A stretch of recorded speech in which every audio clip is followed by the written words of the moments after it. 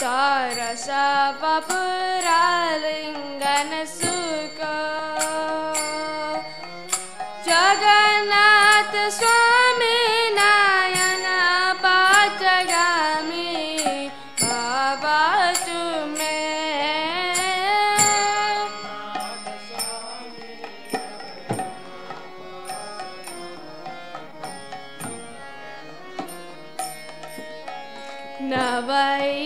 नवयचिराजं नाचकनकमाणिक्यविभावा नयाच्यहं राम्यं सकलजनकाम्यं वरभजं सदा काले काले प्रमथपतिना गीतचरिता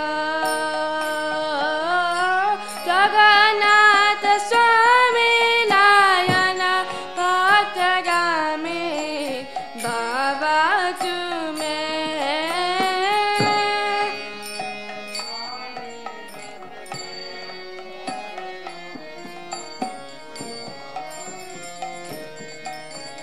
हरत्वं संसारं रुदतारमसारं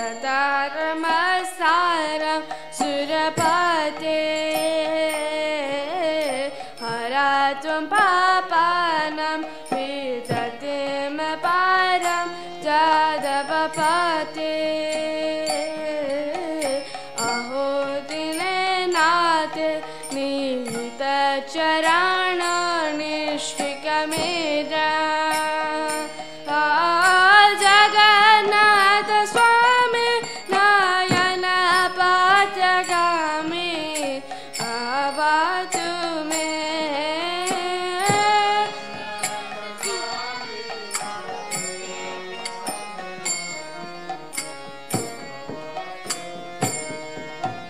जगन्नाथ स्वामी नयन पथगामी बाबा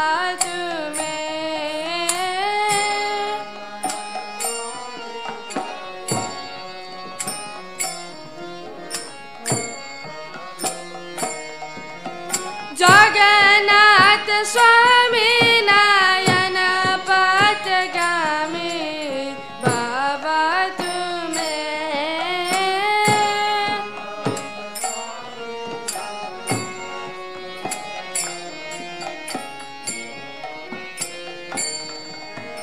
हरे कृष्ण कृष्ण कृष्ण हरे हरे हरे राम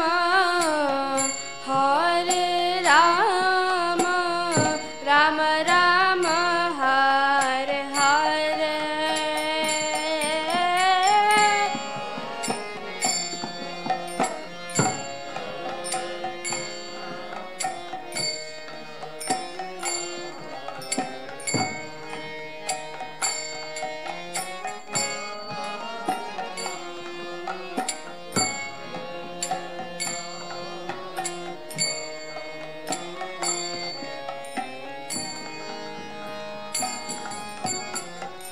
हरे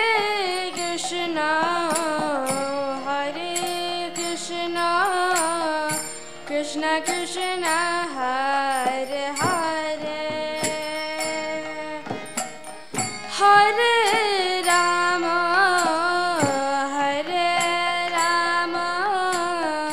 Ram Ram Hare Hare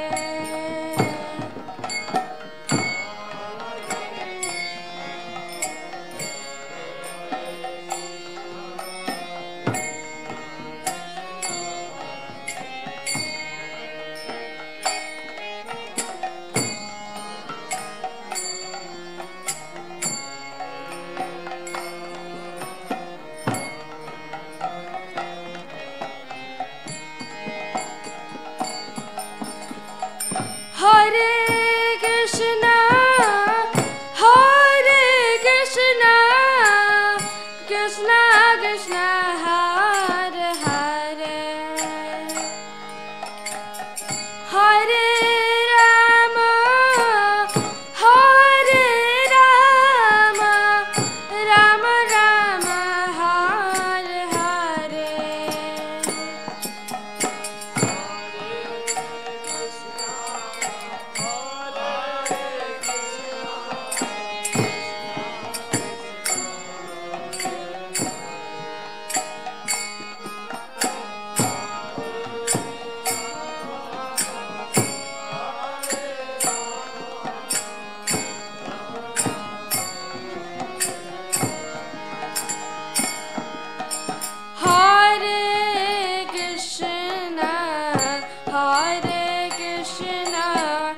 Krishna Krishna Hare Hare Hare Rama Hare Rama Rama Rama Hare Hare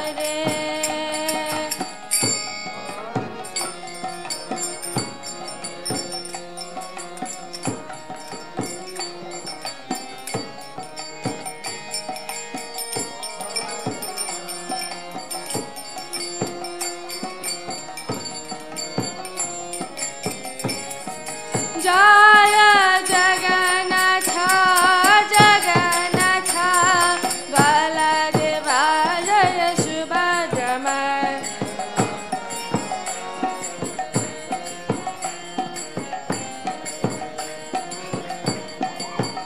Jaya Radha Madhava Radha Madhava Shri Radhe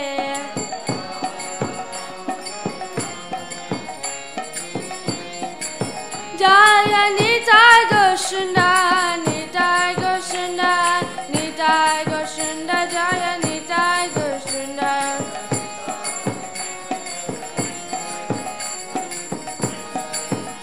Oh Jaya Jaya Prabhupada Prabhupada Prabhupada Srila Prabhupada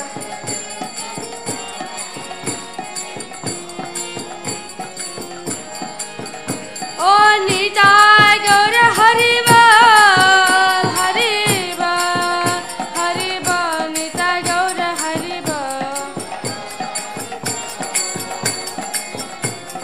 Haribol Nitai Gaura Haribol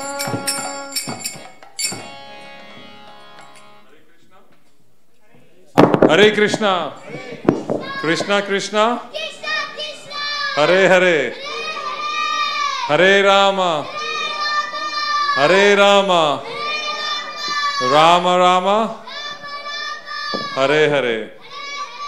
Maybe very soon we're going to get a hearing aid for all of us. The kids are so wonderful.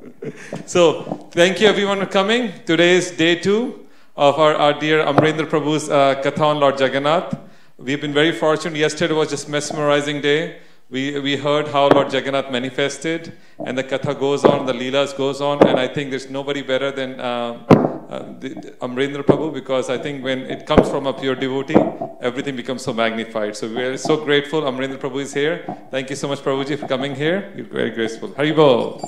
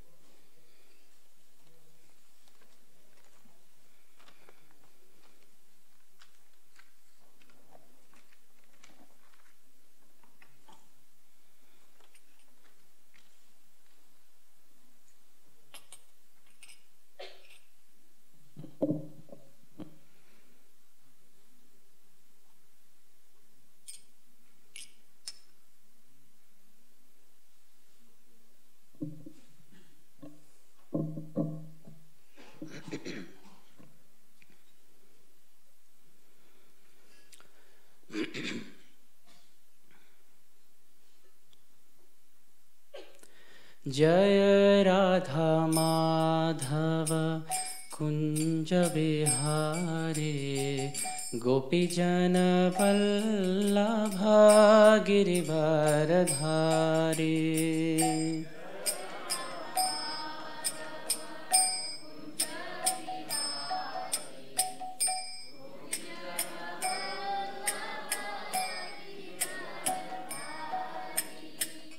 जय राधा माधव कुंज बिहारी गोपीजन वल्लभ गिरिवरधारी।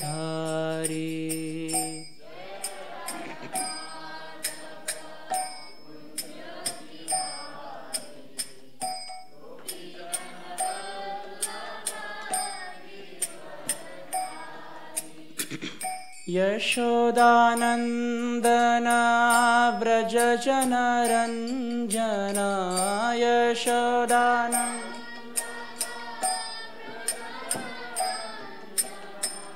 यामुना तीरवनचारी।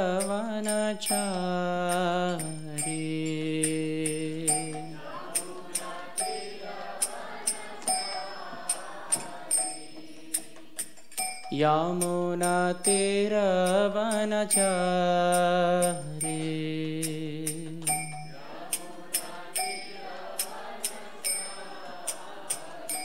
जय राधा माधव जय राधा माधव राधा माधव जय राधा माधव।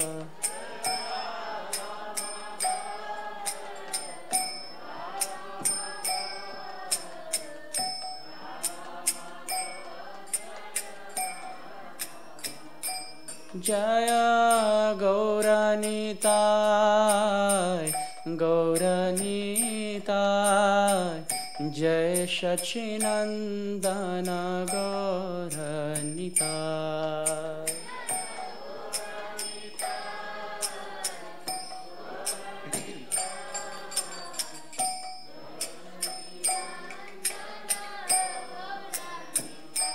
जय जगन्नाथ जय जगन्नाथ बलदेव जय सुभद्रा देवी।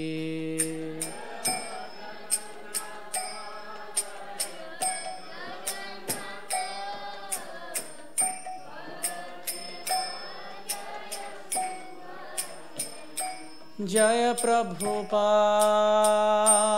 प्रभुपाद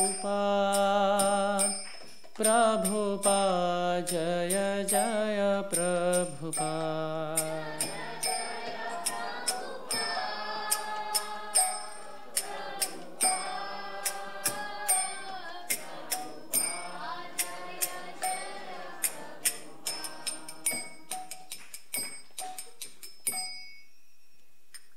जय ओम विष्णुपाद परमहंस परिव्रजकाचार्य अष्टोत्तर शत श्री श्रीमद अभय चरणारविंद भक्ति वेदांत स्वामी श्रील प्रभुपाद की जय। जय ओम विष्णुपाद परमहंस परिव्रजकाचार्य अष्टोत्तर शत श्री श्रीमद भक्ति सिद्धांत सरस्वती ठाकुर श्रील प्रभुपाद की जय। अनंत कोटि भक्त वृंद की जय। नामाचार्य श्रील हरिदास ठाकुर की जय। प्रेम से कहो श्री कृष्ण चैतन्य प्रभु नित्यानंद श्री अद्वैत गदाधर श्रीवास आदि गौर भक्त वृंद की जय। श्री श्री राधा कृष्ण गोप गोपीनाथ श्याम कुंड राधा कुंड श्री गिरि गोवर्धन की जय। व्रज भूमि श्री वृंदावन धाम की जय। मथुरा धाम की जय। नवद्वीप मायापुर एक चक्र धाम की जय। पुरुषोत्तम क्षेत्र श्री जगन्नाथपुरी धाम की जय। गंगा देवी यमुना देवी की जय। तुलसी देवी भक्ति देवी की जय। युग धर्म हरिनाम संकीर्तन की जय। ट्रांसेंडेंटल बुक डिस्ट्रीब्यूशन की जय। श्री श्री निताय गौरांग की जय। श्री श्री राधा माधव जी की जय। जय जगन्नाथ जय बलदेव जय सुभद्रा रानी की जय। All glories to the assembled devotees, Hare Krishna. All glories to the assembled devotees, Hare Krishna. All glories to the assembled devotees, Hare Krishna. All glories to Shri Shri Guru and Gauranga, and all glories to you, Srila Prabhupada. Om Namo Bhagavate Vasudevaya. Om Namo Bhagavate Vasudevaya.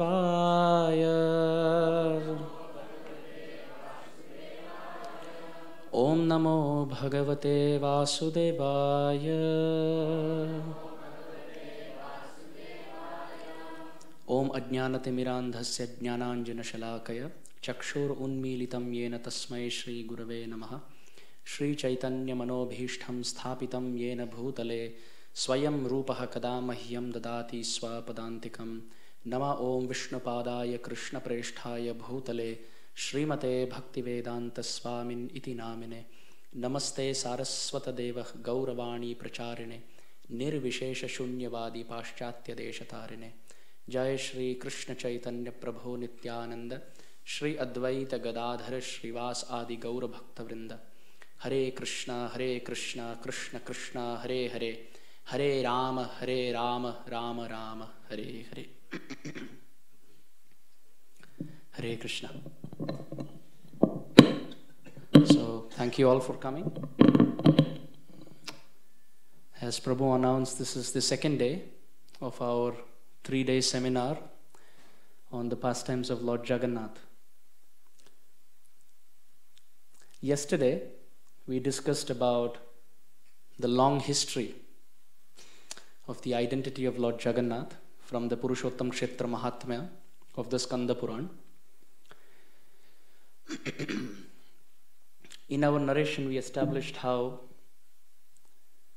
Sri Jagannath is non-different from Krishna in Dwaraka, but his mood is not that of Dwarkadish Krishna. He is in utter separation from the land of Vrindavan, and Dwarkadish Sri Krishna, Krishna in Dwaraka, in complete separation from the land of Vrindavan, especially Srimati Radharani, when the pangs of separation build in ecstatic symptoms, eruptions, volcanic eruptions of Vipralamba or separation, then his eyes get dilated. They are no longer like the lotus petal eyes. They become really wide and dilated. His limbs are pushed inward, and his legs go inside the body, his ears go inside the body, and he has a big smile almost touching the half part of his face. He is very happy in hearing the narration from Mother Rohini, but at the same time his heart is burning in separation from Vrindavan. So this form is called as the Mahabhava Prakash. Prakash means manifestation, and Mahabhav refers to the highest level of divine ecstatic love. We know when Krishna takes the mood of Srimati Radharani and appears as Sri Chaitanya Mahaprabhu, he experiences Mahabhav Prakash, which means he's the embodiment of divine ecstatic feelings which are going on in the heart of Radharani in separation from Krishna. And when Krishna experiences that and takes a form, he is Chaitanya Mahaprabhu. But when Krishna is experiencing his own heart of separation from Srimati Radharani, that form is Sri Jagannath. So the last point where we concluded yesterday's discussion was the fact that Jagannath Puri, apart from so many other names that are found in the scriptures, for the Gaudiya Vaishnavas, Jagannath Puri is very, very significant, because this land is called as Vipralamba Kshetra, the land of intense separation, where Krishna, who is in separation from Radharani and takes the form of Jagannath, comes face to face, eye to eye, heart to heart, in front of Chaitanya Mahaprabhu, who is actually Radharani in separation from Krishna. Now we'll continue our discussion from this point today. Jagannath Puri is considered to be one of the 4 prominent dhams in India. To the north, we have Badrinath. Nath means the Lord. The deity is Badri Vishal. So he's Badrinath to the top, north part of India. And then to the south, he is Ramnath, Rameshwaram. And to the west part of India, he is Dwarkanath, as Krishna in Dwarka. And to the eastern part of India, he is Jagannath. So it's interesting how Badrinath is the Lord for Satya Yuga. Coming down to south is Ramnath, Sri Ramchandra, who's the Lord for Treta Yuga. And then is Dwarkanath, Sri Krishna, the Lord for Dwapar Yuga. And then Lord Jagannath, the Lord of Kali. There are so many things that can be spoken about his form. Some of the discussions we'll hold it for tomorrow. But two things which come to my mind instantaneously when we think about the form of the Lord is one, his arms. The Supreme Lord is indeed a magician. Oftentimes we see magic tricks and we pay money to these magicians for doing something which is simply the movement, the sly movement of their hands. So they move their hands and make money. But the Supreme Lord moves his hands and gives mercy. When his hands are like this with a flute, he's Krishna. But when he holds a bow, he's Ram. When he moves it ahead, he's Jagannath. When he moves it up, he's Chaitanya Mahaprabhu. When he moves just one up, he is Giridhari. And when he has both of them on his waist, he's Vitthala. So he's the actual magician because he's moving his hands with the same posture and giving abundant mercy. So his hands are almost to embrace the devotees, Sri Jagannath. He's moving his hands outstretched to embrace all conditioned souls in Kali. Patra apatra na dekhi sthan asthan, je jaha paye taha kare prem dan. That Sri Chaitanya Mahaprabhu was like this. Patra apatra na dekhi sthan asthan. He would never see whether somebody is qualified or not qualified, or whether the place is qualified or not qualified. He would just find the conditioned souls wherever they are and flood them with pure bhakti. So similarly, Prabhu Jagannath, patra apatra na dekhi sthan asthan. He's not seeing qualification or disqualification. And he's not seeing whether the place is qualified or no. He's ready to embrace everyone at all place, at all times. The second aspect about his form are his beautiful eyes. I've spoken about his eyes in so many different discourses and so many different discussions, but I never get tired speaking of this. Because his eyes are different from the eyes of Sri Krishna. Sri Krishna's eyes move from left to right because they are in the shape, they are in the oval shape, so they move from left to right. But Sri Jagannath's eyes are circular, which means they move in all directions at all times to see and bless devotees in the upper planetary system, middle planetary system, lower planetary system, and if there's someone who's escaping in the sides. The second thing about his eyes are that his eyes are like a magnifying glass. Any little good quality that are seen in the character of his devotees, he just magnifies. His eyes are big. Any little good quality, any little good qualification, he opens his eyes and he wants to see them to his heart's content. But at the same time, when time comes to see faults in his devotees, he becomes Venkateshwara Balaji. He closes his eyes. But in the Vaishnav community, we work the opposite way. When time comes to see good in others, we follow Venkateshwara. And when time comes to see bad qualities, Jai Jagannath.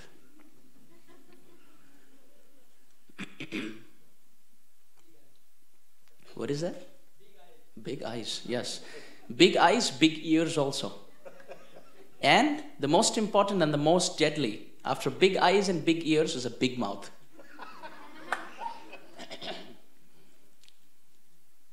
And it spreads like a wildfire. So Jagannath has big eyes, magnifying eyes, beautiful eyes, ready to see everyone. And the third and the most beautiful thing about his eyes, unlike any other form of divinity, is that they have no eyelids. Which means anyone who comes for darshan, it's impossible that the Lord would say, I'm really sorry, I missed you. Somebody comes for darshan and Prabhu Jagannath shuts his eyes because he's the Lord of the whole universe. So it's possible that jivas would go like this. He just removes his eyelids so that he doesn't miss anyone. We may blink while taking darshan, but he never blinks while giving darshan to us. The Braja Gopis, they criticize Brahma. They say, what kind of faulty creator are you?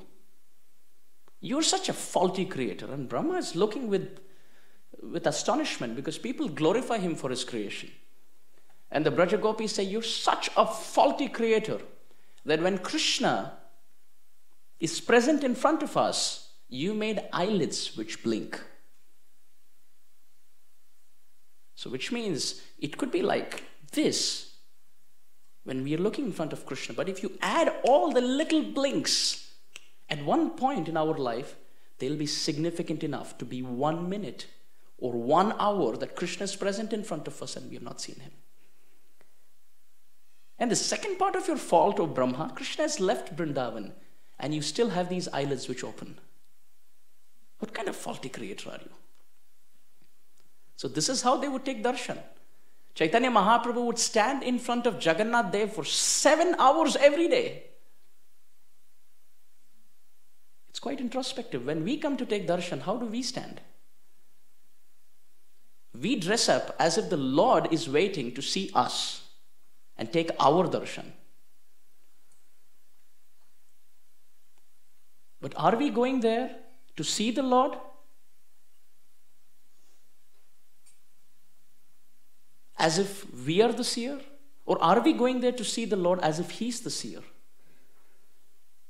It's very important. This is a very, very important point. One Vaishnavacharya writes, the sense objects are seen while the eyes are the seer. The eyes are seen while the mind is the seer. The mind is seen while the soul is the seer.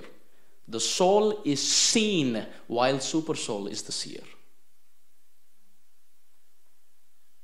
So we are not showering favor on the Lord by coming to the temple and glancing at him. He is showering favor by standing to glance at us. It's a very, very beautiful point. When we go to a doctor and we talk to devotees and we say, you're sick, did you see the doctor? What does that mean? Does that mean that did you go and see the doctor and treat him? Or does that mean did you let the doctor see you? The term is did you see the doctor? But what does that actually mean? Did you go and see the doctor so that he sees you? Similarly, did you see the Lord? It just means did you see the Lord while he is actually seeing you? Krishna is the one who's seeing. Radha Madhav is standing. They're not made out of stone or marble or wood or any of these substances. Krishna is standing. Pratima nahi tumi sakshat Brajendra Nandan. Chaitanya Mahaprabhu would go in front of deities and said, Pratima nahi tumi sakshat Brajendra Nandan. My Lord, you are not a deity. You are Sakshat Krishna and you are standing like that for me. And what can Krishna do with his glance? In the Krishna book it's described, Krishna revived his friends who were poisoned after drinking water from the Yamuna, where Kaliya resided. And Krishna kicked the poison out of their body with his glance.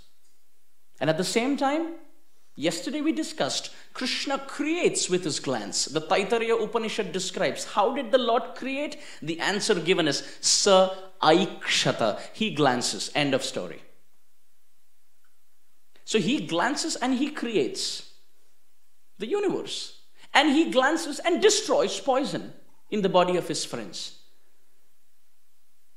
It's a very simple question. If he can create with his glance the whole universe, can't he create our good fortune by glancing into our lives? If he can destroy the poison in the body of his friends who drank the poison of Kaliya, if he can kick that poison out of their body with his glance, can't he kick the lust, anger, greed, pride, all of these vengeance that we have inside, all these anarthas that we have inside, can't he kick that out with his glance? Of course he can. But we don't let him glance on us in that mode. Mother bird hatches her eggs by touch. But mother fish glances on her babies and nourishes them. If an insignificant mortal fish can glance and nourish and love and take care of her children with affection by her glance, what to speak of Krishna's glance? What to speak of Krishna's glance? When we stand in front of the deities, we stand in that utter, destitute poverty. My Lord, if you don't look at me, my life is useless. If you have 1 minute to glance at me, just glance at me, my Lord. I know you're very busy. I know you have so many things to take care. I know you have so many jivas to nourish and maintain. Just 1 minute, can you glance at me? My life will be successful. All auspiciousness that I need, I'll get from your glance, my Lord. Angani yasya sakalendriya vrittimanti. And all the things that I suffer in my heart will be destroyed by your glance, my Lord. I beg you, just look at me. Now, other deities can always give an excuse, well, I'm blinking, but our Prabhu Jagannath doesn't have eyelids. Now, this makes it so significant. Which also means he doesn't sleep. If you don't have eyelids, how do you sleep? He doesn't sleep. He's awake all day because of the promise that he gave Indradyumna Maharaj.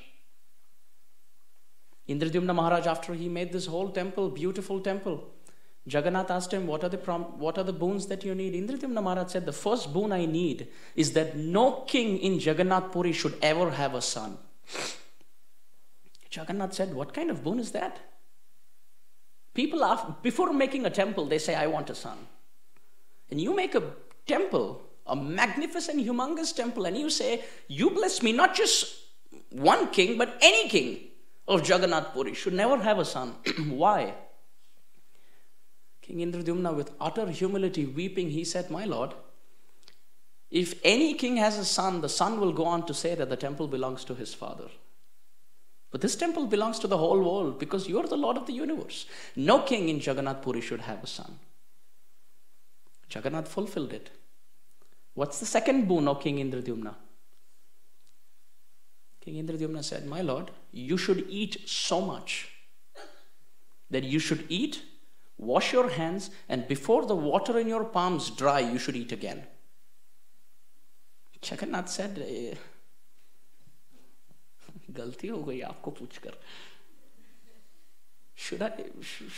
He said, my Lord, you asked for it. Okay, I'll do this. Therefore, Jagannath is also called as Anna Brahman. He's the Lord who's the fastest karma purifying machine in this whole universe. He's taking in bhoga, finishing off the karma and giving as Mahaprasad. Having dishes one after another, after another, after another. Why? So that living entities never complain that I never got prasad of the Lord. And what's the last boon? Jagannath was almost trembling as he was asking King Indradyumna, what's the third boon?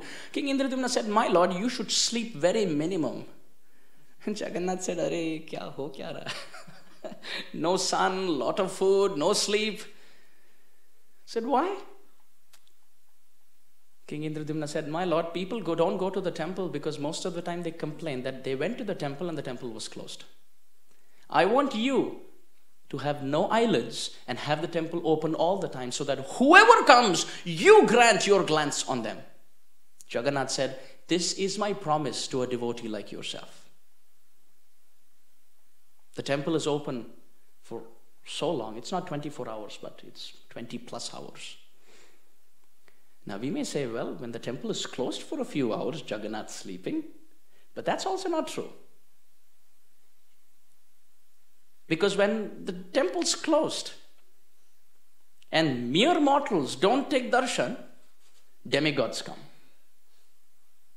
Demigods come and take darshan, because demigods never take darshan along with jivas of this world. They sit and eat together. They don't sit with us and eat. They take darshan together. They don't take darshan with us. This was one of the positive arguments that Krishna gave Nanda Maharaj. He said, your Indra, during Govardhan Puja, you're worshipping your Indra. Does he even sit and eat with you? Nanda Maharaj said, that's a good point. I feed him so much. I've never seen him eat with us. Krishna said, you feed Giriraj, he will eat with you. Nanda Maharaj said, a mountain? A hill? Krishna said, of course, he will. Just offer him. And then Nanda Maharaj offers, and then Krishna manifests a form. And then he sits there. And then they all offer. It's Krishna. They all look, that's Giriraj.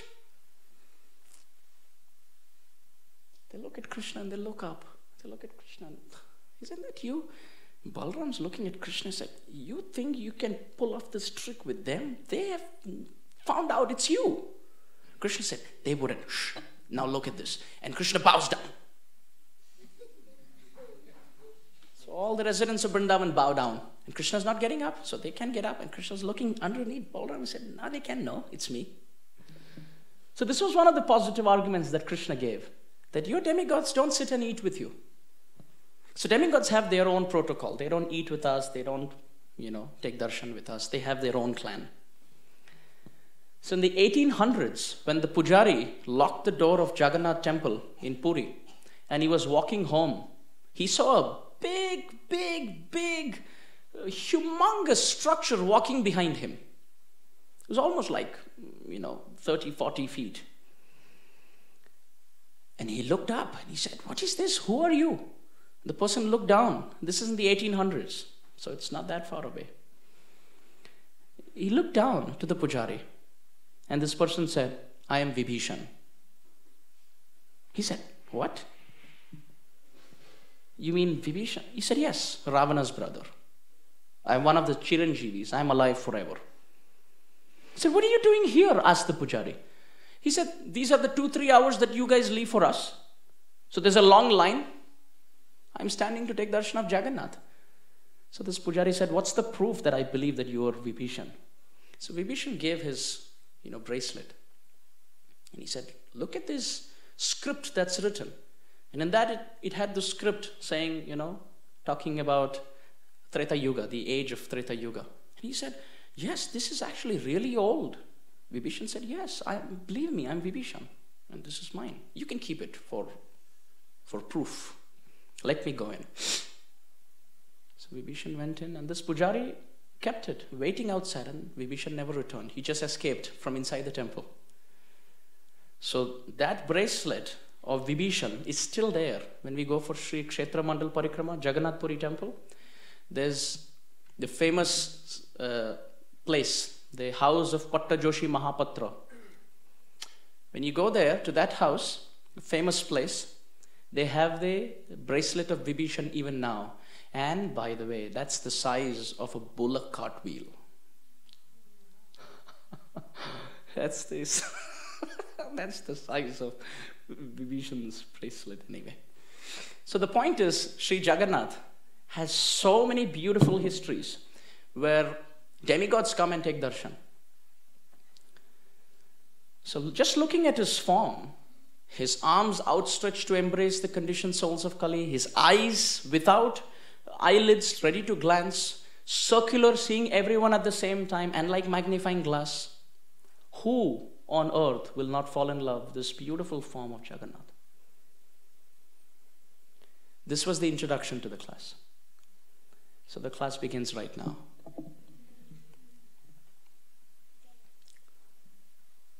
Our temple president, Prabhu, Nilamadhav Prabhu told me, go as long as you want. So we'll have a silent arati, and then he said, go 7:15, however long you want. So that's the plan.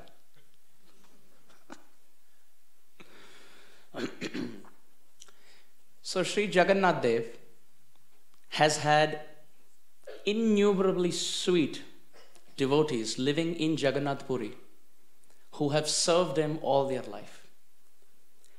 We've all heard of many names, many famous devotees of Jagannath, and how Jagannath has intervened in their life so many times, and how they have lived, written, sung, worshipped, danced for the Lord.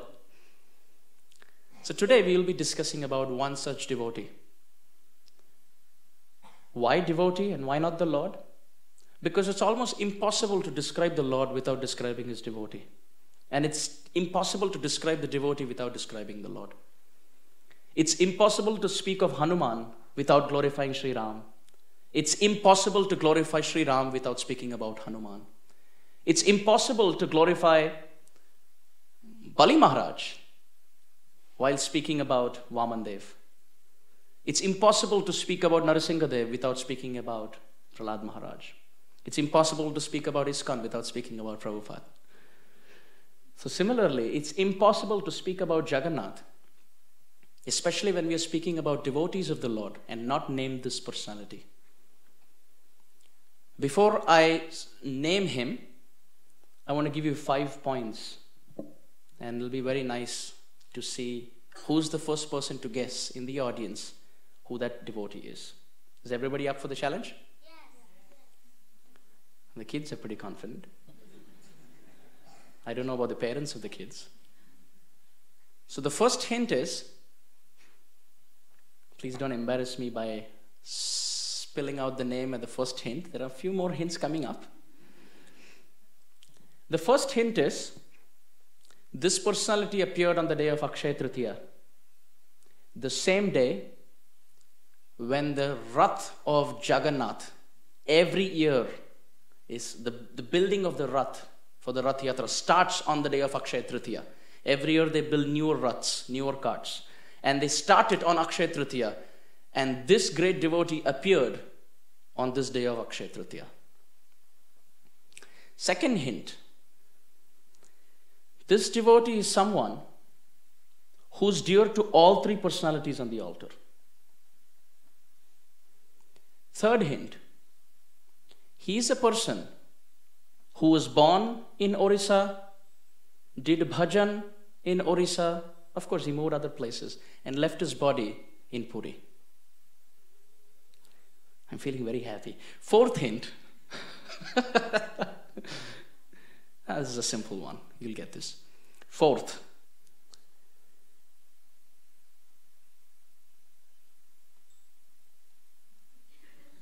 Shri Jagannath Dev ki.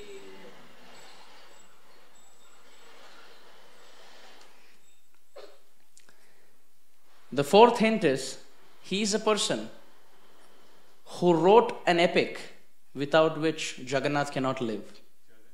Jayadeva Goswami.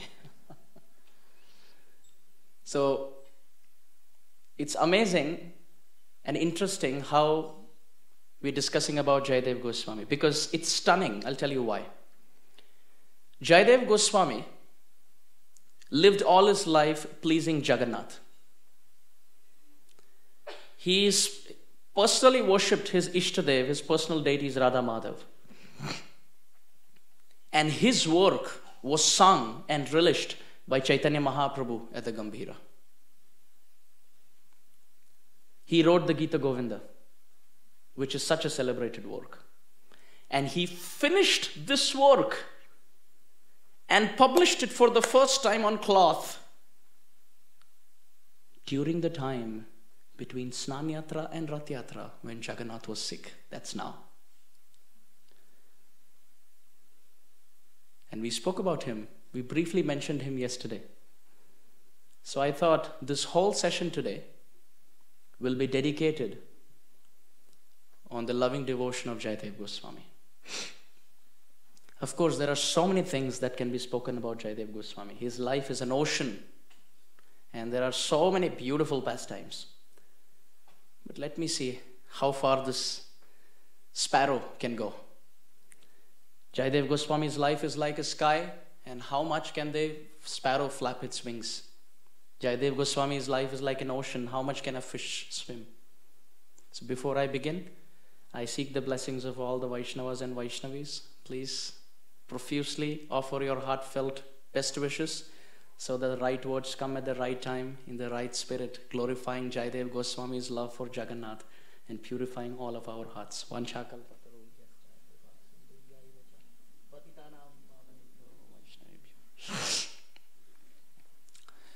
Sripad Jayadeva Goswami appeared about 1,000 years ago. It was roughly about 350 to 400 years before Chaitanya Mahaprabhu. He appeared to very virtuous Brahminical parents. His father's name was Bhojadev and mother's name was Vama Devi. Now, different people say different things. Some claim that Jayadeva Goswami was born in Navadvip. Some claim that Jayadeva Goswami appeared in Orissa. Some even claim Jayadeva Goswami appeared in South India. But the scholars who have worked on this subject matter unanimously agree that Jayadeva Goswami appeared in a place called Kendubilva in the state of Orissa. All the scholars who have published work on Jayadeva Goswami unanimously say this. Now, this place is very significant. Why? Because a scholar by the name Madhav Patnaik has written a book called Vaishnav Lilamrita, where he claims, with documented proof, that Chaitanya Mahaprabhu would perform Sankirtan far and wide in Orissa. He would start his Sankirtan from the Ananta Vasudev temple in Bhubaneswar and cross through the village of the birthplace of Jayadeva Goswami and then go to Jagannath Puri.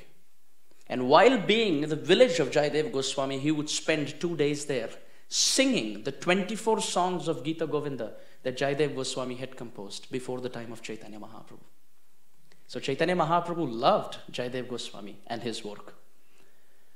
In the Chaitanya Charitamrita, it is described that Chaitanya Mahaprabhu, when he used to be in deep separation, the songs of Chandidas, Vidyapati, Jayadeva Goswami, were all, Bilva Mangala Thakur's Krishna Karanamrita, were all sung to pacify the Lord. And whenever he would sing the songs of Gita-govinda composed by Jayadeva Goswami, Chaitanya Mahaprabhu's heart would burst in ecstasy. The songs were not just poetically rich, but also devotionally beautiful. Now, this work of Jayadeva Goswami, called as the Gita-govinda, comes with a very big caution. This is a very exalted work. For those who are pure-hearted and very, very devotionally inclined, in the greatest state of ecstasy, in the true position, not imitation, real standing of ruchi, asakti, bhava and prema, they will understand and relish this work. But for others who have the presence of kama in their heart, lust, they cannot understand this work. In fact, Jayadeva Goswami himself in the Gita-govinda, he forbids those who have not developed ruchi. He says, if you read this work, you will misunderstand. So although it's a very exalted work, our worshipable acharyas like Srila Bhakti Siddhanta Saraswati Thakur and Srila Prabhupada time and again cautioned us not to touch this work. So we will describe this work and the love of Jayadeva Goswami to Jagannath without getting into the details of the work. It is a work which talks about very deep esoteric pastimes of Radha and Krishna. And Bhakti Siddhanta Saraswati Thakur, at one point, he mentions 6 works of the acharyas which shouldn't be touched by someone who has not crossed an Artha Nivriti. And Gita-govinda of Jayadeva Goswami is one of them. Gita-govinda In the Gita-govinda, Jayadeva Goswami himself writes, who can understand this work? Only Sri Krishna alone can understand, no one else. So it is that exalted a work. So therefore, as devotees, we stick to Prabhupada's instruction of not touching this work, but we create appreciation for the love of Jayadeva Goswami through sound vibration.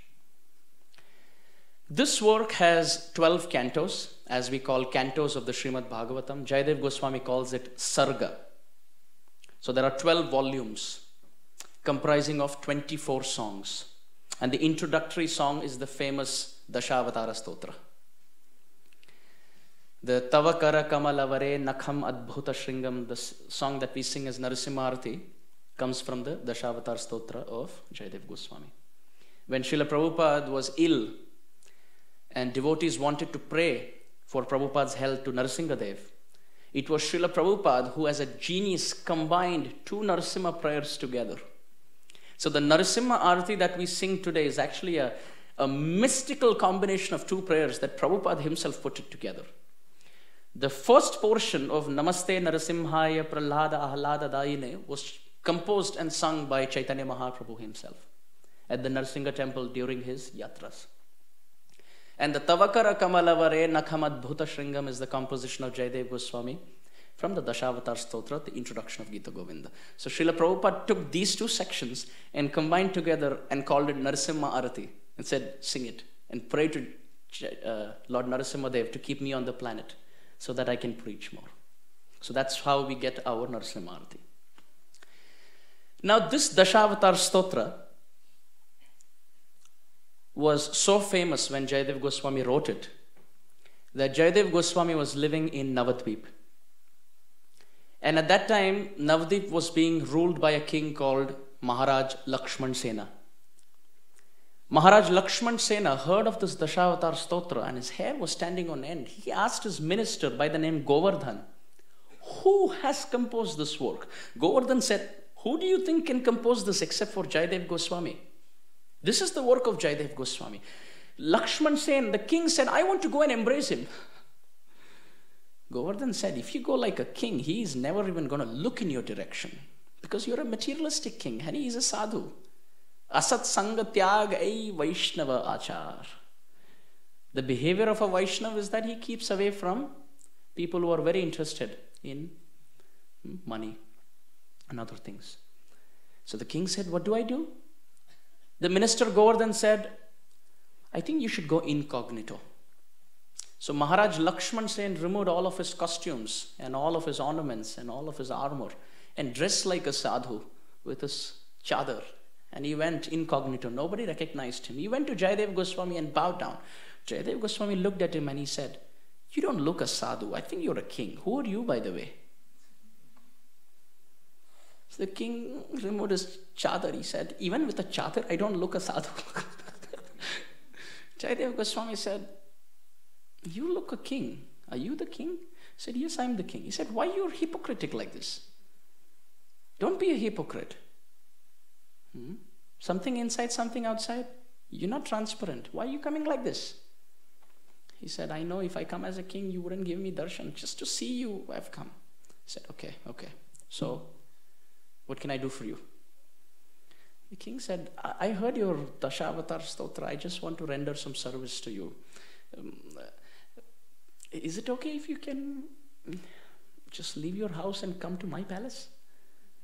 I can make you my chief singer. Please sing the Dashavatar Stotra every evening, please. And I can make nice arrangements for you. Jayadeva Goswami said, I sing this for the Lord, not for mere mortals like you. I can come. Don't tempt me with all this. I'm not coming. And he ridiculed him. The king became very humble and he said, I know I'm not worthy of serving you. Please give me some service. Is it okay if I can build a hut for you at Champahati? How many of us have been to Champahati? In Navadvip Mandal Parikrama. Very beautiful place. Can I make a hut for you at Champahati?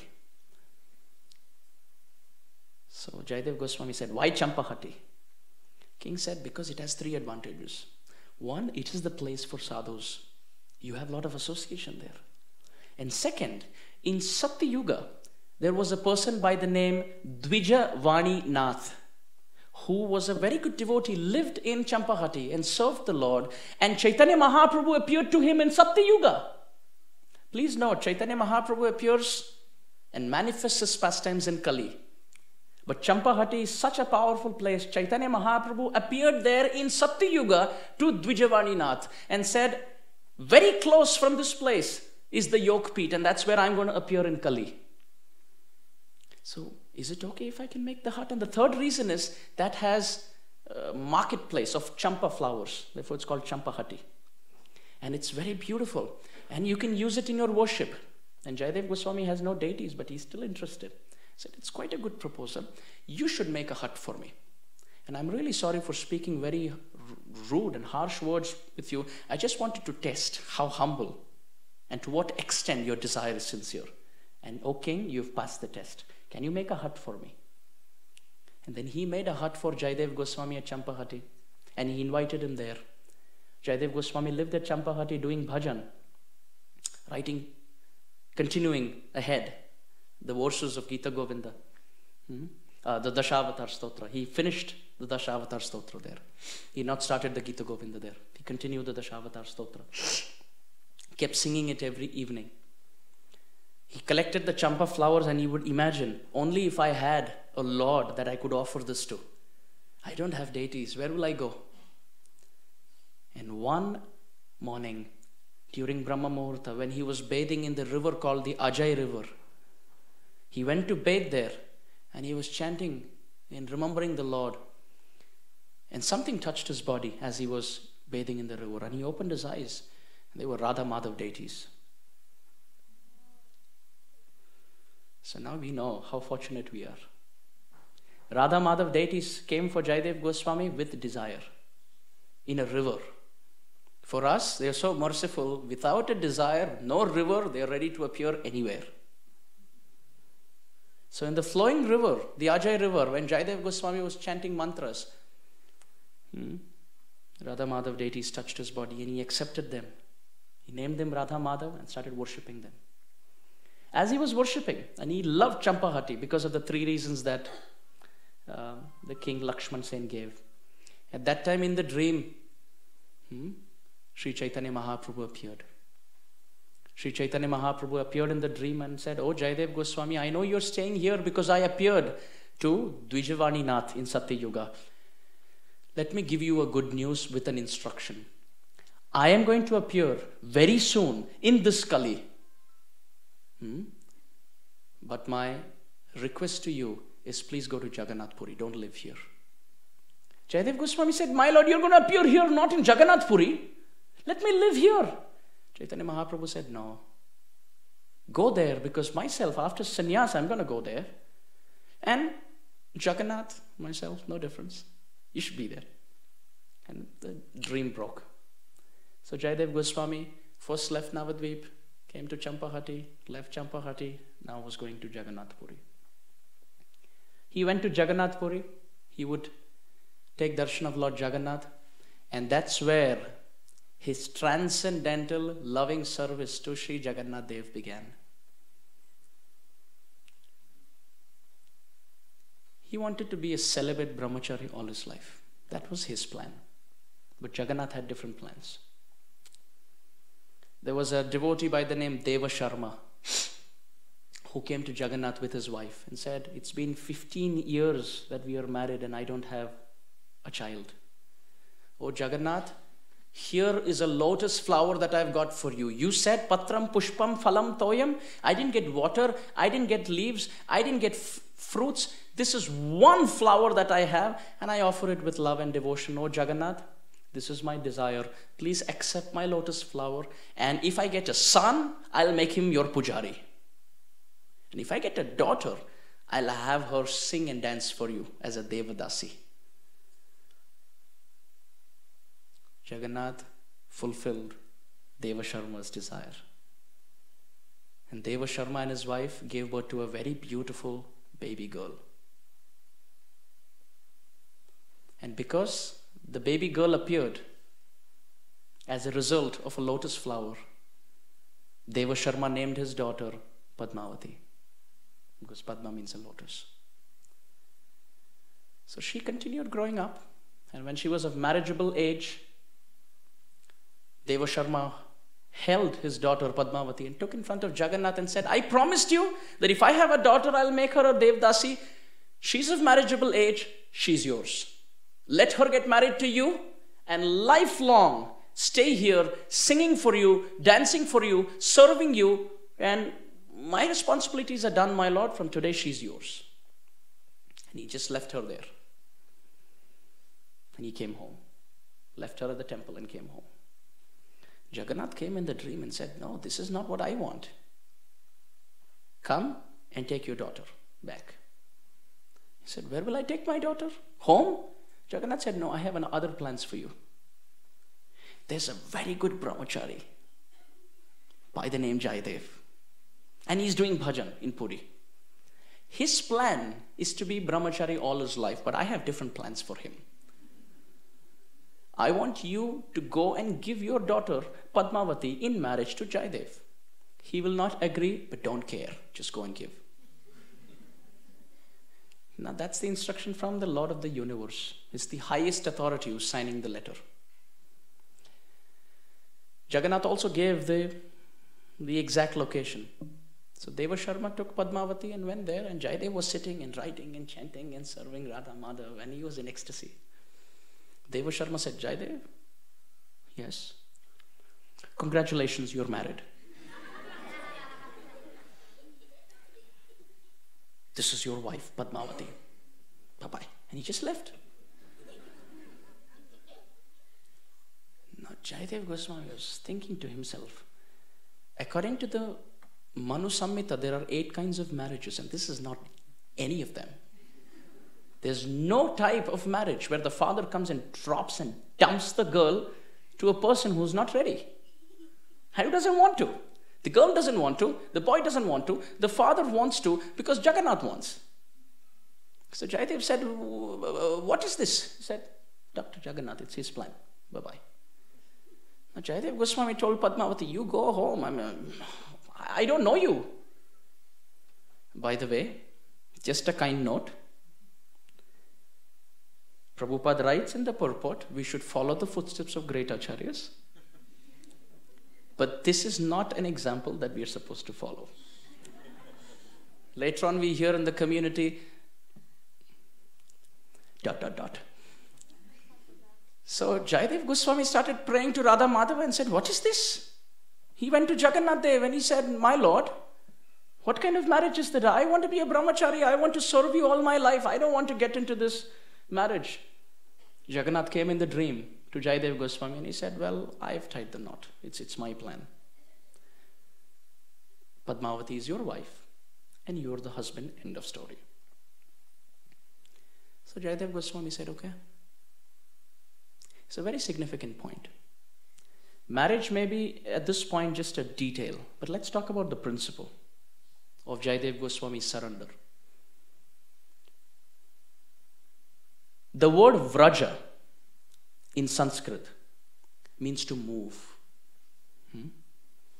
Yanna vrajanthyagabido rachananuvadat. Shukdev Goswami uses the word vraja. Canto 3, chapter 15, text 23, Bhagavat. Vraja means to move.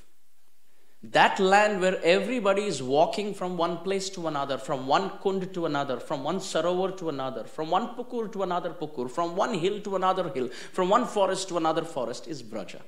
They walk. In one Brajmandal Parikrama, I asked Dinabandhu Prabhu that these pujaris in Vrindavan, they're all taking money. This is not good.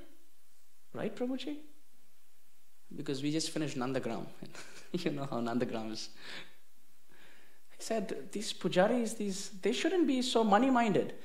They should be selfless and detached. And I went on with Titikshava, Karunika and all of that. And Dinabandhu Prabhu was listening. I said, the pujaris should be simple. They should not ask for donations.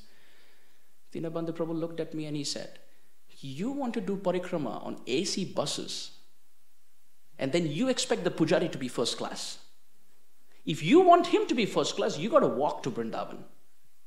But you come by flight, and then you take a train, And then you take a bus, and then you want proper seating arrangement, and you don't want the heat, and you want shoes, and then you want sunscreen, and then you want umbrella, and you have all of these conditions.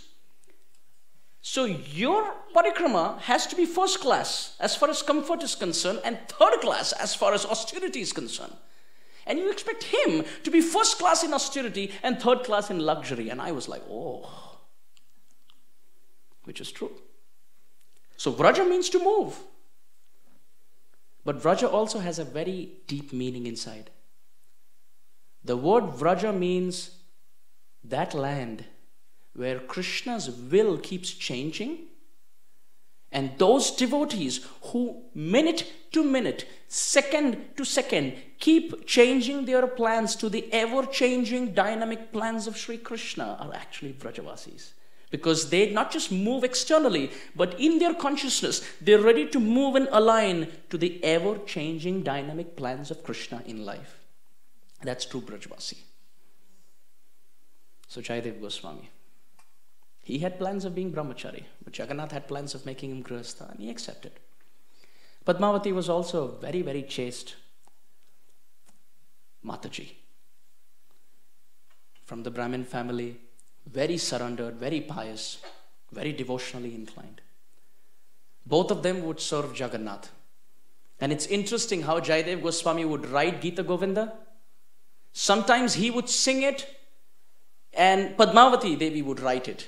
And sometimes Padmavati Devi would sing it, and Jayadeva Goswami would write it. And sometimes Jayadeva Goswami would sing it, and Padmavati Devi would dance. In this way, both of them were completely absorbed in Gita-govinda. And no one else knew about Gita-govinda, because this work was under construction at that point.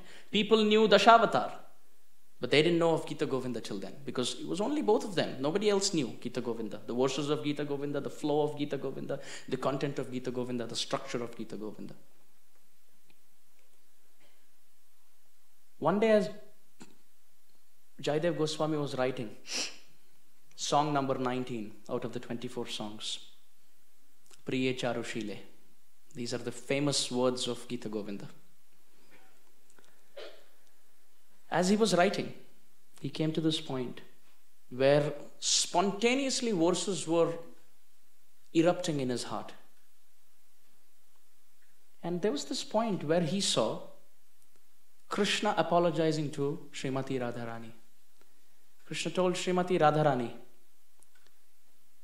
the poison of separation, the snake bite of separation has filled my body. Please give me the nectar to overcome this poison. And what is that nectar? The dust of your lotus feet on my head. My position is to be the servant of Srimati Radharani. Krishna says, I am the servant of my servants. Gopi Bhartur Padakamalayur Dasa Das Anudas. So Krishna is saying, I am your servant. O Srimati Radharani, please place your lotus feet on my head. Yo Brahma Rudra Shuka Narada Bhishma Mukhyai Alakshito Nasahasa Purushasya Tasya Sadhyo Vashi Karana Churna Mananta Shaktim Tam Radhika Charana Renum Anusmarami. The power of the dust of the lotus feet of Radharani, Prabodhananda Saraswati describes that Krishna, who cannot be seen even by Brahma, Yo Brahma, Rudra, Shukha, Narada, Bhishma, they cannot see Krishna, but that Krishna begs for the lotus foot dust of Radharani. So Krishna is actually begging. Smaragarala khandanam mama shirasi mandanam dehi padapallavam udaram Sri Radhe dehi padapallavam udaram. So Jayadeva Goswami at that point pauses and he says, I can't write this. Because everyone worships Krishna as Bhagavan. They worship Krishna's lotus feet. Ahushchate nalinanabha padarabindam Yogaishwarair divicintyam agada bodhay samsara kupa patito taranavalamham gehe jusham api manasyudiyat sadanaha. Bhagavatam. Devotees are glorifying the lotus feet of Krishna. And Jayadeva Goswami thinks to himself, devotees glorify the lotus feet of Krishna, and here I am writing Krishna wants the dust from the lotus feet of Radharani. No, this I can't write. It is true, but I cannot write. People will misunderstand. They will not understand. I think I should just pause and think about it. Time to chant Gayatri. And it's always good to chant Gayatri in a holy river. Jayadeva Goswami told Padmavati Devi, let me go into the holy river, chant my Gayatri, afternoon time. Let me come back. I'm thinking about something. I'm disturbed. If I chant my Gayatris in the holy river, I'll have some clarity. I'll come back. When I come back, you give me prasadam. Till then, please don't eat. Padmavati Devi said, okay. Jayadeva Goswami left, and in a couple of minutes, there was a knock on the door. Padmavati Devi opened. Oops, it was Jayadeva again. Jayadeva Goswami entered, and he said, I just had to finish the verse. I'll just finish and then go. And he walked in, opened the palm leaves, wrote the verse, shut the palm leaves, and then told Padmavati Devi, I'm actually feeling very hungry. Is it okay if I can eat and then we'll think of chanting Gayatri in the holy river? So Padmavati Devi said, okay. She served him prasadam. He honored prasadam. Then he said, okay, Hari Bol, Hare Krishna. Now I'll go. So he left. Padmavati Devi had this tradition that she would eat on the same plate that Jayadeva Goswami would eat on. So he would eat on a banana leaf, and then she would eat on that after he had finished. So now she was eating, and at that time, the original Jayadeva comes back. So the original Jayadeva comes back, and he looks at Padmavati Devi and he says, what are you doing? You're eating before me, and I told you to wait. How can you eat? I told you I'll chant Gayatri and I'll be back. How can you act like this? This is very irresponsible and irreligious. Padmavati Devi said, are you okay? You came in, you write the verse, you eat, then I eat on your plate, and then you go to chant Gayatri, and now you're coming and asking me what I'm doing. Jayadeva Goswami said, I have no clue what you're talking about. Please explain to me in detail. She said, look, sit. You said you wanted to go to chant Gayatri in the holy river. He said, yes. Then you came back. He said, no. She said, no, you came back. And what did I do? You said there was some verse you were thinking of, and you came back, you finished the verse, then you were hungry, you ate. Jayadeva said, wait a minute, let me go step by step. He entered the room, and the room was fragrant. It was aromatic, with sandalwood smell, and with lotus flowers all over. He said, where did all this come from? She said, you wore the garland and you came. I was also thinking, how did you get the garland in 2 minutes? He opened up the palm leaves, and the verse that he always was thinking, he was not sure of whether or not to write, that verse was written on the continued palm leaves. Smaragarala khandanam, mama shirasi mandanam, dehi padapallavam udaram Sri Radhe, dehi padapallavam udaram. Jayadeva Goswami started weeping. He said, hey Padmavati Devi, you don't know what I was thinking. Just me. It was only me who knew what I was thinking, and I was not sure whether or not to write. And I left, and I bathed, and I'm coming now. Do you understand what I'm saying? Padmavati Devi said, can you be clear? It was Jagannath. Jagannath came. It was Jagannath's garland. The fragrance of Jagannath's garland. It's Jagannath writing. And Padmavati Devi, you're so fortunate. It was Jagannath who ate prasadam cooked by you. And guess what? I want the dust from your feet now. And he bowed down to Padmavati Devi. She said, what are you doing? Jai Shri Shri Jagannath Dev ki.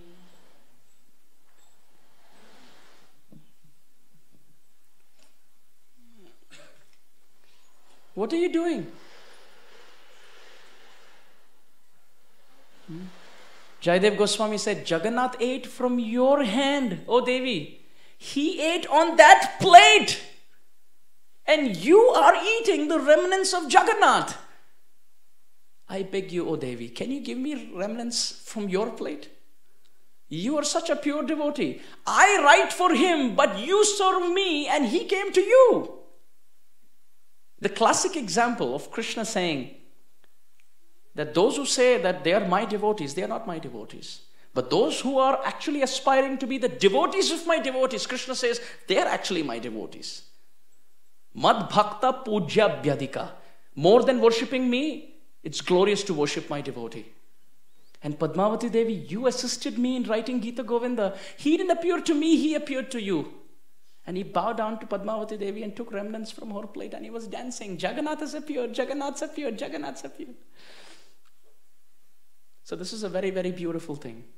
That 19th song, Priye Charushile, has this Smaragarala Khandanam Mama Shirasi Mandanam. And that line, that stanza, that paragraph, that verse has actually been handwritten by the Supreme Lord Sri Jagannath.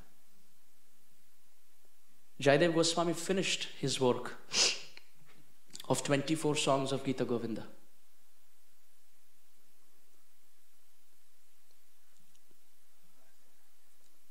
And as he finished, he was thinking, these 24 songs are written on palm leaves.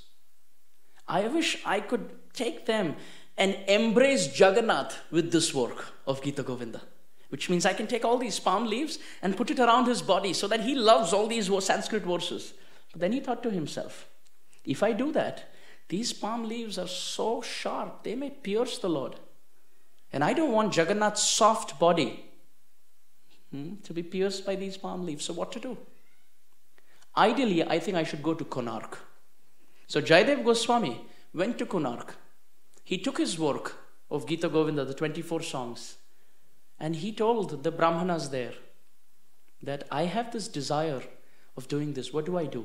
They suggested, why don't you have them imprinted on cloth? Do that. Imprint it on cloth and offer the cloth to Jagannath. So he went with his Gita-govinda, took it to devotees who do that. So as they were imprinting different verses on the cloth, the verses of Gita-govinda. As they were imprinting, there was another verse that came. This is also quoted by Prabhupada in the Chaitanya Charitamrita, which Chaitanya Mahaprabhu would hear. Kansari api samsara vasana baddha shrinkala. This is the verse which describes the glory of Srimati Radharani. The purport of this verse is as follows. That how glorious is the love of Srimati Radharani that Krishna left 60 billion gopis at Rasa Leela only to go and find Srimati Radharani. As this verse was almost being imprinted, Jayadeva Goswami, as he was chanting this verse, telling them so that they could imprint it on the cloth, as he was singing this verse, as he finished it half, his head started spinning and he fell to his back with ecstasy. He couldn't complete the verse. And now they were thinking, now what to do? It's half. What to do? They tried to revive him and he wouldn't wake up. At that time, there was another Brahmana walked past with a damru in his hand. And interestingly, as he was walking past, he was chanting Kansari api samsara vasana baddha shrinkala. And they said, wait a minute, keep going. How? And they imprinted the verse on the cloth. And then he continued the next verse, and the next verse, and the next verse. And he went on, and the Brahmanas and the devotees who were imprinting, they said, how do you know? He said, my name is Krishna Dev. And I am Jayadeva Goswami's older brother. He shared these verses with me, and that's how I know. Not just that, I know even the next verse, and the next, and the next. In fact, I know everything.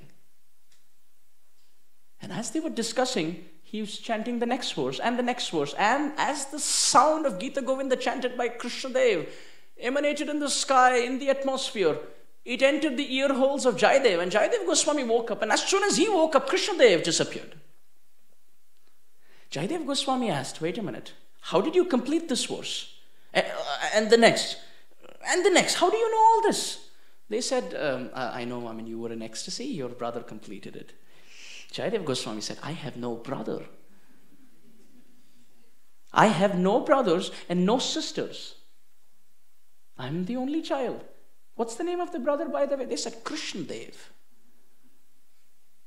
Jayadeva Goswami said, this work of Gita-govinda is known only to Padmavati Devi and me. It's not published officially anywhere. And I have no brothers. How would he know? Who is he? And how is it possible? They said, the love of these songs are so high that we wouldn't be surprised. When you fell unconscious, Jagannath Dev himself came as your brother and completed it.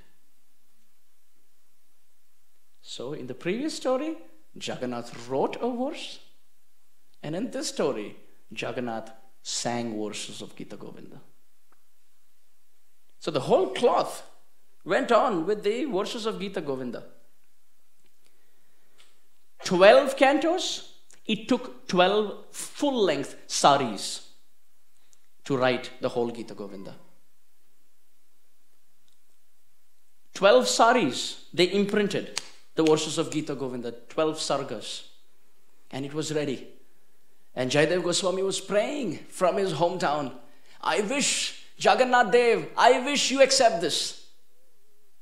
And lo and behold, Jagannath Dev appeared in the dream of the king of Jagannath Puri and said, go to that place. There is a very pure devotee by the name Jayadeva Goswami. And he has imprinted all the verses of Gita-govinda on the cloth. Go and get all that cloth, and then I'll tell you what to do.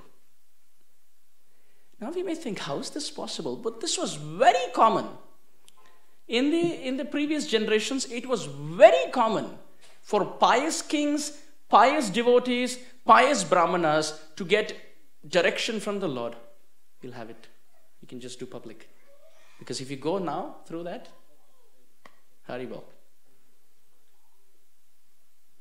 Haribol. Hare Krishna. Hare Krishna.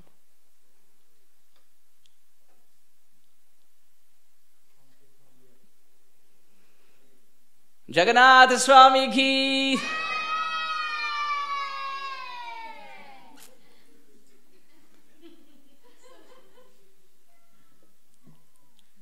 So Jagannath Dev came in the dream. And it's so fascinating that the verses were imprinted on 12 saris, and the final verse was finished, and the whole Gita-govinda was finished during this time of Anvasar, when between Ratha-yatra to Ratha-yatra, when Jagannath is sick. So this period that we are having at the moment was the time when actually Gita-govinda was imprinted on that cloth for the first time. And 10 days after Ratha-yatra, Jagannath came in the dream of the king and said, you got to go there and get the cloth for me. The king came to Jayadeva Goswami, and Jayadeva Goswami was pouring glories. He said, you're the king of Jagannath Puri, the city of Jagannath. You know, Jagannath came and Smaragara Alakhandanam, he wrote for me, and Jagannath came as Krishna Dev, and he sang for me, and then that's how he finished it. Oh king, I have this desire. Can you drape the Lord? You know, use this sari to put it around the body of the Lord. It's very soft. These verses, if they are there close to the chest of Lord Jagannath, he will love you so much. He loves these songs. So then the king made it a rule in Jagannath Puri that every night when Jagannath Dev goes to sleep, these pieces of, or these verses of Gita-govinda would touch his body so that he will be at peace. Jagannath Dev doesn't eat, doesn't accept anything without Gita-govinda, doesn't go to sleep without Gita-govinda. Even now, at night time to put him to sleep, they sing Gita-govinda. There are devotees who go and dance while Gita-govinda is going on. When Chandan is applied on Jagannath's body, they sing Gita-govinda. There are Matajis, devotees, who make Tulsi garland for Jagannath. And on every leaf of that Tulsi, they write one word of the Gita-govinda verse. Can you imagine, like one Tulsi leaf, like Smara with Chandan. And then Garala, Khandanam, Mama, Shirasi, Mandanam. And they write with sandalwood on the Tulsi leaves and make a Tulsi garland, and they offer it to Jagannath so that Jagannath should never forget them. So many services are offered like that. The king started doing this. But one morning as he came to take darshan of the Lord, he looked at Jagannath Dev And what is this? We know Jagannath is very naughty. He's very mischievous. When he is hungry, he'll pick jackfruits. When he is hungry, he will take mangoes and leave all the seeds and the cover outside and just take the pulp within and have dripping mango juice on his face. So many pastimes. So he's a very naughty boy. But he crossed all limits of naughtiness today. The king came there in the morning for looking at Jagannath. And he said, what is this? His clothes are torn. Everything is in pieces. Leaves. There's dust. Dirt. Mud. What is this? What kind of pujari seva is this? He called the pujaris. What were all of you doing last night? He said, we dressed the Lord very nicely. We offered him chandan. We performed arati. We gave him betel nut. He said, bogus. What kind of betel nut you gave him? Made out of dirt? Mud? What kind of sandalwood? Made out of leaves? The pujari said, no, O king, we did our service very nicely. King said, come, look at this. And the head pujari was trembling. Said, oh, my lord, we don't know what this is. The king said, I'm going to announce and declare death sentence for all of you because you are neglecting the seva of Jagannath. If you insult Jagannath seva, Murti seva, then you don't fit to be alive in a human form. I announced death sentence. And they were all trembling because they were doing their service properly. Now Jagannath Dev appeared in the dream of the king. He said, oh king, don't punish them.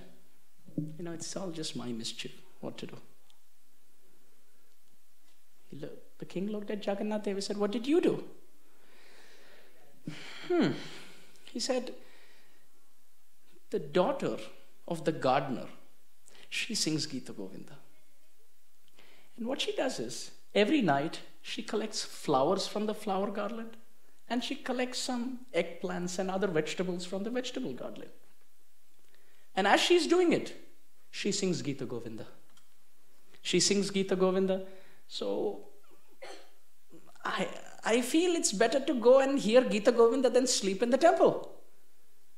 So I actually follow her from one plant to another plant, from one garden to another garden. The king asked Jagannath, doesn't she get to know? He said, yes, she sometimes sees. She has this intoxicating fragrance and she sometimes sees shadow also and she looks behind, but I hide. And then again I follow. And then again I hide. And again I follow. Again I hide. But what to do? You're pujari at 4 o'clock in the morning, and I'm in the garden.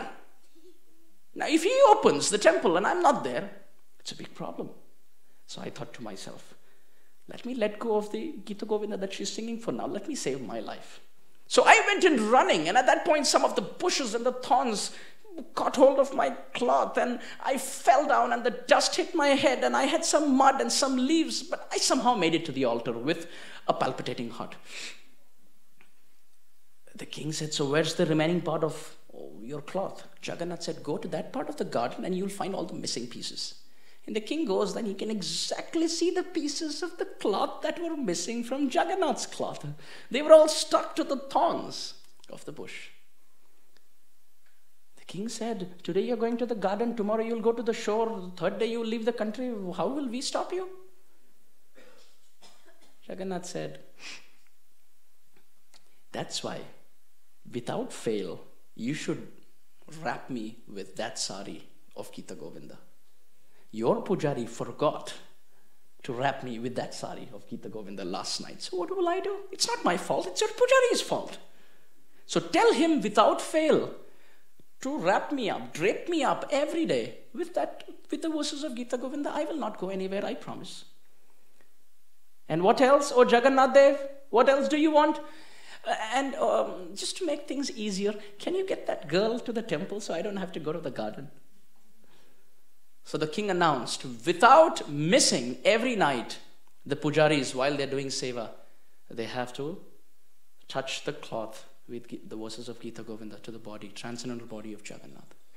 And then with a palanquin, he got the daughter of the gardener and said, you will be here and you should serve and sing for the Lord's pleasure. And that's how the tradition of Devdasis began. And it continued for about 1,000 years. But however, in 1935, when the Britishers came, they stopped it all. The Britishers had big problem with Jagannath. First big problem, they would never understand how so many lakhs and lakhs of people assemble in one place on a certain morning and stay that all day and leave that night without internet announcements. No websites, no posters, no flyers, no announcements, no email, no Facebook, no WhatsApp. And the British would think, who tells them to assemble on the day of Ratha-yatra? Lakhs and lakhs of people come that morning, stay all day and leave at night. And this is too much. So they wrote different articles. They said, this is risky for our health. It's not good. We should stop it. They tried to stop Ratha-yatra in Jagannath Puri. It didn't stop in Jagannath Puri. By Prabhupada's mercy, it started in London.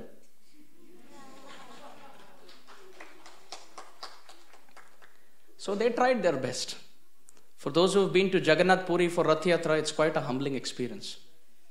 Whether we are the CEO or whether we are the clerk, Samoham sarva bhuteshu, equal treatment to all. We get squeezed, pushed, punctured, pressed, humbled. It's quite a humbling experience. It's like almost like the local train in Mumbai. You know, for those who are from Mumbai, you will know what I'm talking about. It's quite humbling. So Jagannath loves Gita-govinda. He loves it so much. I love Shaligram Srila. So I'll tell you a story which connects Gita-govinda of Jagannath to Shaligrams.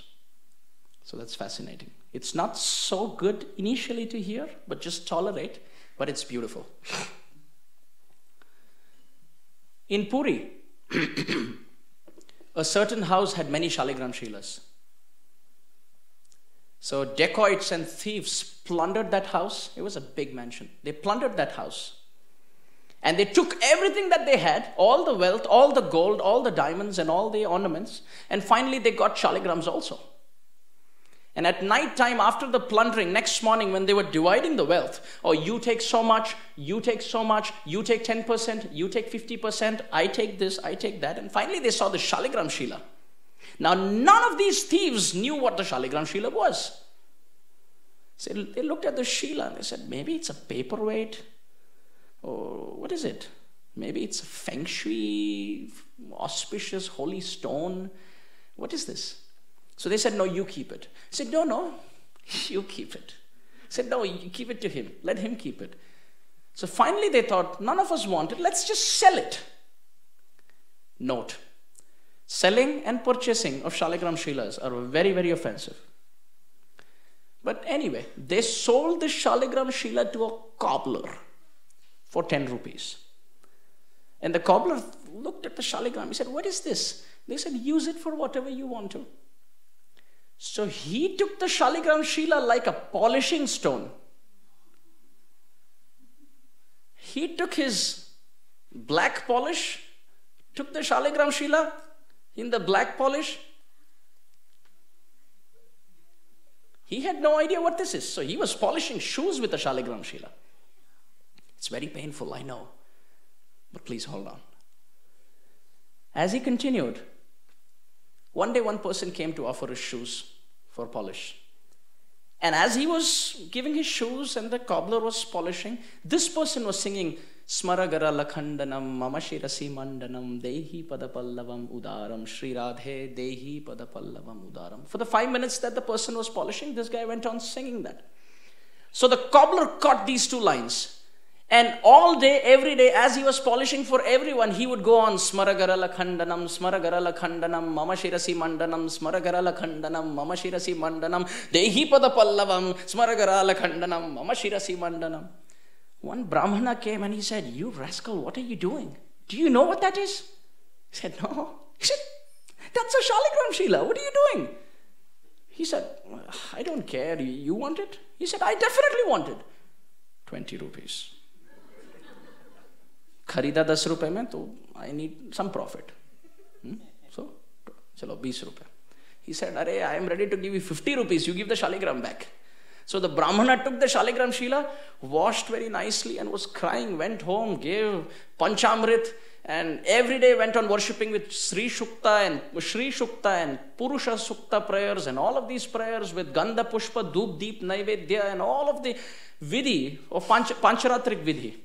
After 5 days, the shaligram Shila comes in the dream of the Brahmana and says, can you just go and give me back to the cobbler? He said, he uses you to polish shoes. He says, yes, but he sings Gita-govinda for me.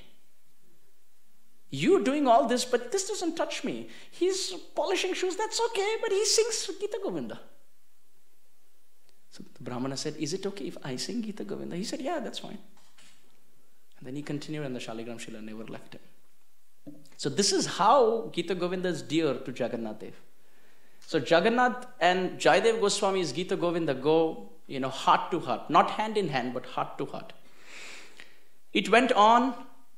After many, many years, it's described, when Maharaj Prataparudra's father, Maharaj Purushottam Dev, he appeared and he heard of the Gita-govinda. He said, they always sing Jayadeva Goswami's Gita-govinda. It's nice, but I also want to write a Gita-govinda. So he wrote his Gita-govinda. Some scholars refute that this is not the father of Maharaj Prataparudra. It's not Purushottam Dev.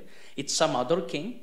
While some other scholars say it is the father of Maharaj Prataparudra, Maharaj Purushottam Dev. So either way, the story continues. So he wrote his version of the Gita-govinda called as the Abhinav Gita-govinda, the new Gita-govinda. And he told all the pujaris, you give up Jayadeva Goswami's Gita-govinda, and from today the Abhinav Gita-govinda should be sung for Jagannath. So the pujaris thought, abhi kya kare? Jayadeva Goswami's Gita-govinda has been going on for thousands of years, at least more than 500 years. Now what to do? Should we start this Abhinav Gita-govinda? But he's the king, you can't refute. So they kept Jayadeva Goswami's Gita-govinda and Abhinav Gita-govinda next to Jagannath overnight.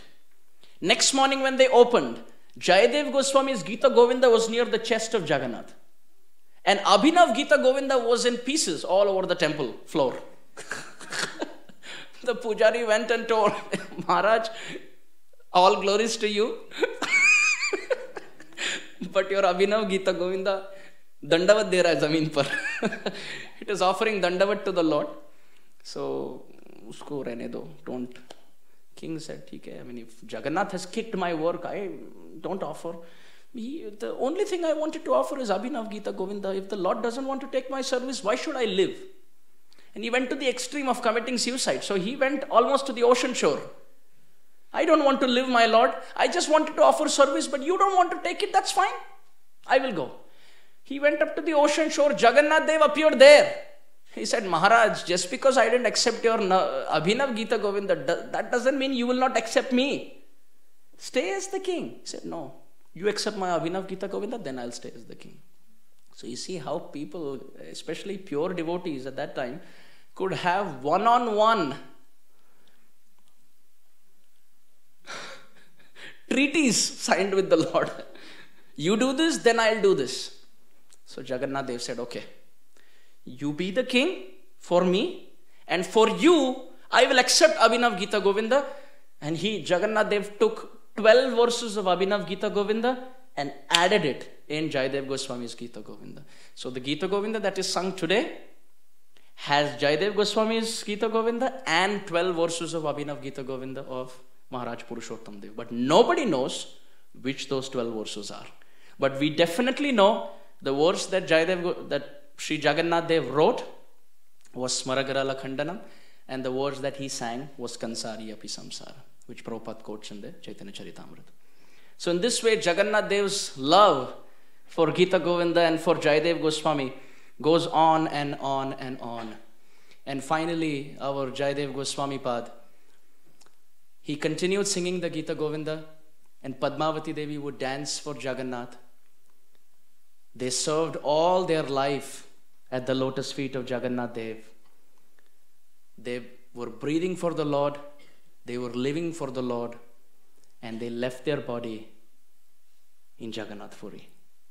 Some scholars say that Jayadeva Goswami actually left his body in Vrindavan, but our Prabhupada Saraswati Thakur, with proof, geographical and scriptural proof, gives evidence that Jayadeva Goswami actually left his body singing Gita-govinda in Jagannath Puri. So what extreme example of devotional service that devotees have shown for Jagannath. Now, Gita-govinda kept aside, the spirit of devotion for Jagannath was always there in India, but predominantly in Orissa, in Jagannath Puri. People in South India didn't know much about Jagannath. What to speak of having Ratha-yatras worldwide? It was impossible. It was never thought of. When Srila Prabhupada got Jagannath out, it's so fascinating that Jagannath was when Jagannath was got by Prabhupada to San Francisco for Ratha-yatra, this was the first international trip of the Lord of the Universe. Till then, he was only in India, and that too only in Orissa. But when he came out for the first time. And it's described, Srila Prabhupada taught his disciples to carve the deity and install the deity in San Francisco. And when they had the deity there, they would take darshan, and Prabhupada said, this Jagannath belongs to all of you, and you belong to him. Whatever you like, share it with him, and he will share with you. So whatever you like, share it with him. This was Prabhupada's instruction, but Prabhupada had no idea what's coming up. Next morning, Prabhupada comes for darshan. Baldev is there, Subhadra is there, Jagannath's missing. So Prabhupada asked the devotees, wait a minute, Baldev is there, Subhadra is there, where is Jagannath? They said, well, devotees like to go for a morning walk on the beach. We thought we'd take Jagannath also out. So we have taken Jagannath on the beach. Prabhupada said, Arey Baba, this is not the way you take the Lord out. He's an installed deity. Prabhupada got a little upset, but when he came back into his room, he was thinking, if Jagannath Dev has gone out, which means it's his desire to have Ratha-yatra. And that thought actually instigated the first ever Ratha-yatra in ISKCON. Prabhupada said there is a proper way of taking Jagannath out. And after the whole Ratha-yatra took place, he took Jagannath and thousands of people dancing and chanting, Prabhupada weeping that Jagannath, who gives mercy only in Puri, has come out. Isn't this wonderful? Because Puri has its own rules and regulations that only certain people can enter and others cannot. But Prabhupada was thinking, how merciful is Jagannath here? There, he sees patra apatra. But here, he's just walking on the street. Even people who don't want to see him are forced to see him. And Prabhupada said in one room conversation, he said, when you're sick, you go to the doctor. But when you're really sick, the doctor comes home to see you. He said, similarly, for those who are materially sick, they go to the temple to see Jagannath. But when we are so sick that we don't even want to go and see the doctor, he comes out to see us as Ratha-yatra. So in this way, Prabhupada started Ratha-yatra in ISKCON and shared Jagannath Dev with the whole world.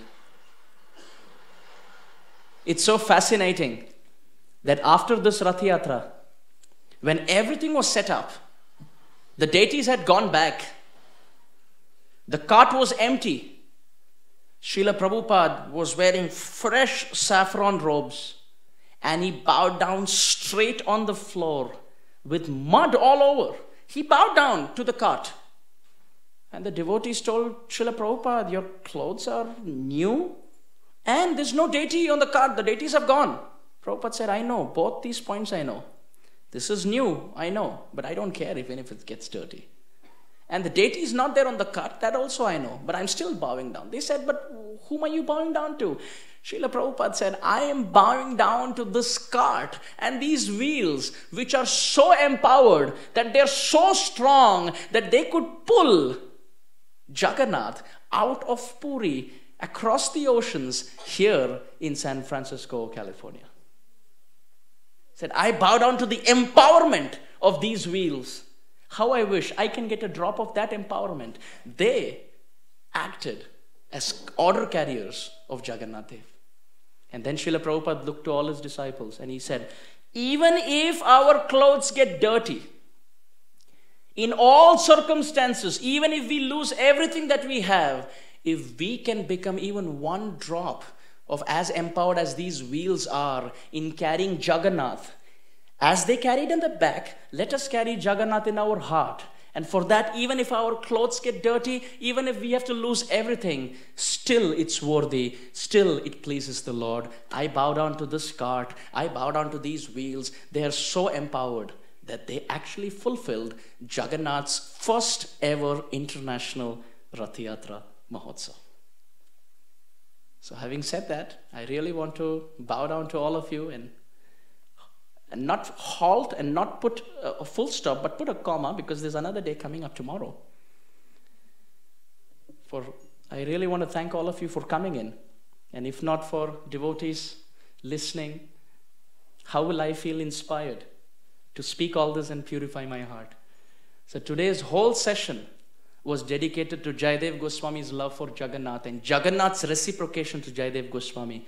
And as we are thinking, the whole session for one devotee, we're going to have many more names coming up tomorrow. So please stay tuned and let's catch up tomorrow, same place, but a different time.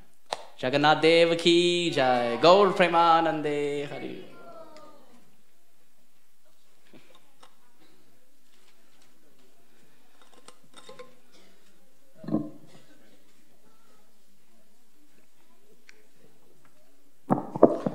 Well, it's been such an engrossing time. We didn't even know time passed by. Sorry, 7 o'clock. I think I'd like to thank Amrendra Prabhu, the way he carried on. I think these are such beautiful stories which we didn't hear before. So thank you so much, Amrendra Prabhu. The way you narrated, I think, was really mesmerizing. Very cool.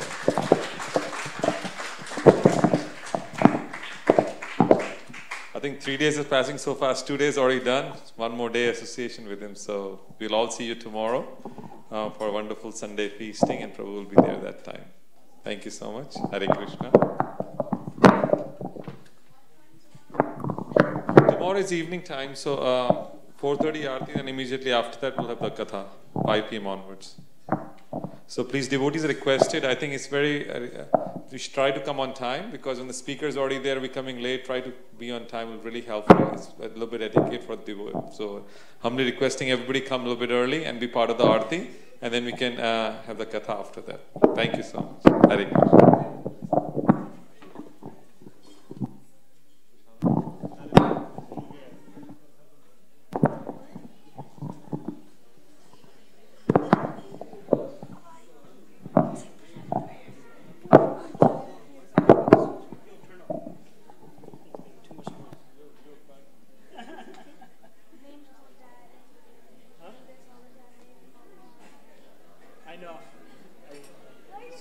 Too loud on here. That's why it's this speaker that's making that noise. Where are the glasses? Where are your glasses? I'm wearing them. They're invisible. I don't know what this one is. I'm wearing invisible glasses.